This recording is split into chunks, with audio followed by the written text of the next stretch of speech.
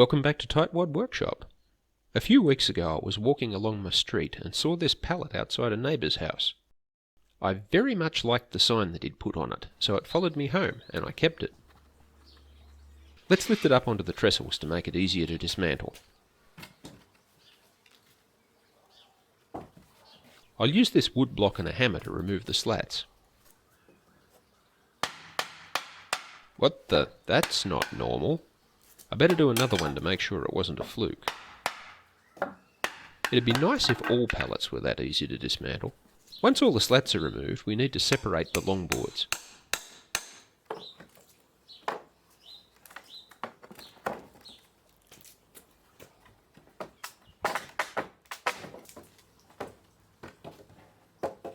Then we can remove the nails in the usual way.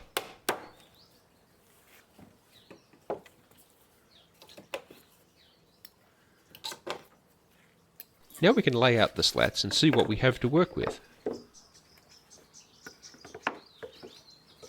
The angle we use for the ends of the slats isn't critical, it just needs to be the same for all of them. I'm guessing this angle that I'm marking is about 60 degrees. Next I'll set my sliding bevel to that angle. That'll let me mark all the other ends using the same angle. Now we can saw the ends with our tenon saw and bench hook.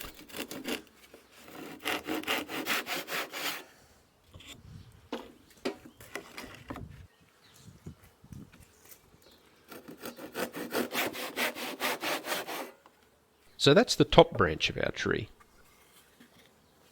We want the next branch to be offset and spaced a bit below it, like this.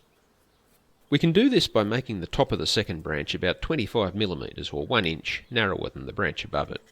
The width of our ruler should be about enough.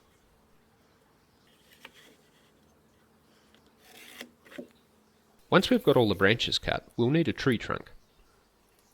I'll start by marking a line down the middle of one of the thick pallet boards. Now we can saw it on the special ripsaw stool. This stool makes the job a little bit easier, but it's still hard work.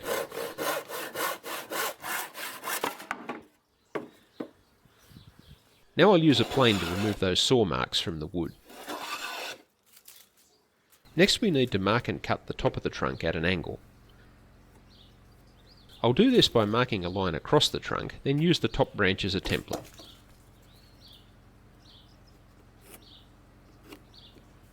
Then we can saw the angles in the usual way.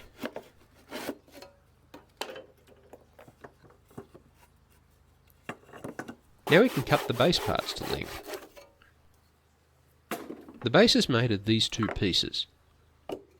One piece will be attached to the tree trunk with screws. We'll also cut a small rebate to hold it more securely. We're also going to need a rebate on the bottom for the lower base part to slot into. This lower base piece needs to be rebated as well. Once we've marked the cut lines more accurately, we can saw them out. I like to make 3 saw cuts because it makes the chisel work easier. If you chisel from each side towards the middle, you're less likely to split the wood.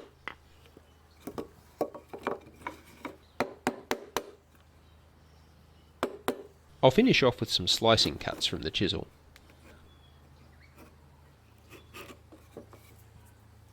I made the saw cuts a little bit too wide on this one, but once the screws are fitted to it, it'll be okay. Next I'll put the base parts together and mark the edge of the rebate. Now we can slot the parts together to mark the second rebate.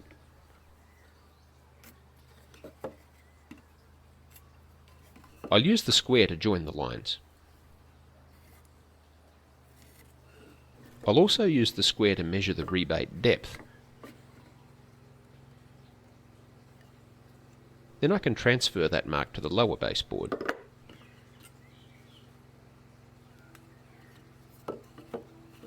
Now we can saw and chisel the second rebate out in the same way as before. I did a closer job on this one, so the two parts are a nice tight fit. Next we can screw the upper base onto the tree trunk. It's best to fit these screws one at a time, otherwise the parts might shift and move the holes out of alignment. Next I'll sand the edges of all the branches.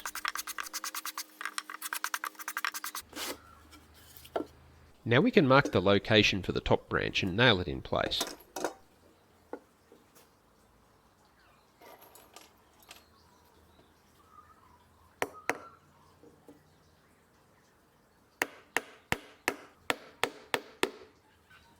The second branch needs to fit about 1 ruler width lower down the trunk.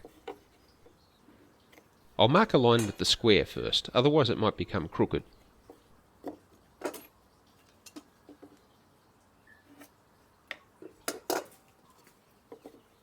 We can repeat this process for the other branches.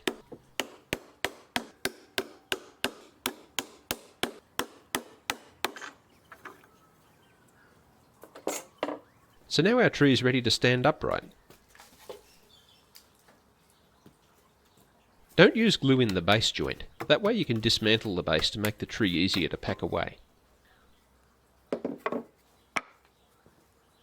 I had enough slats to make 3 trees, so I asked some of my neighbours to decorate them for me.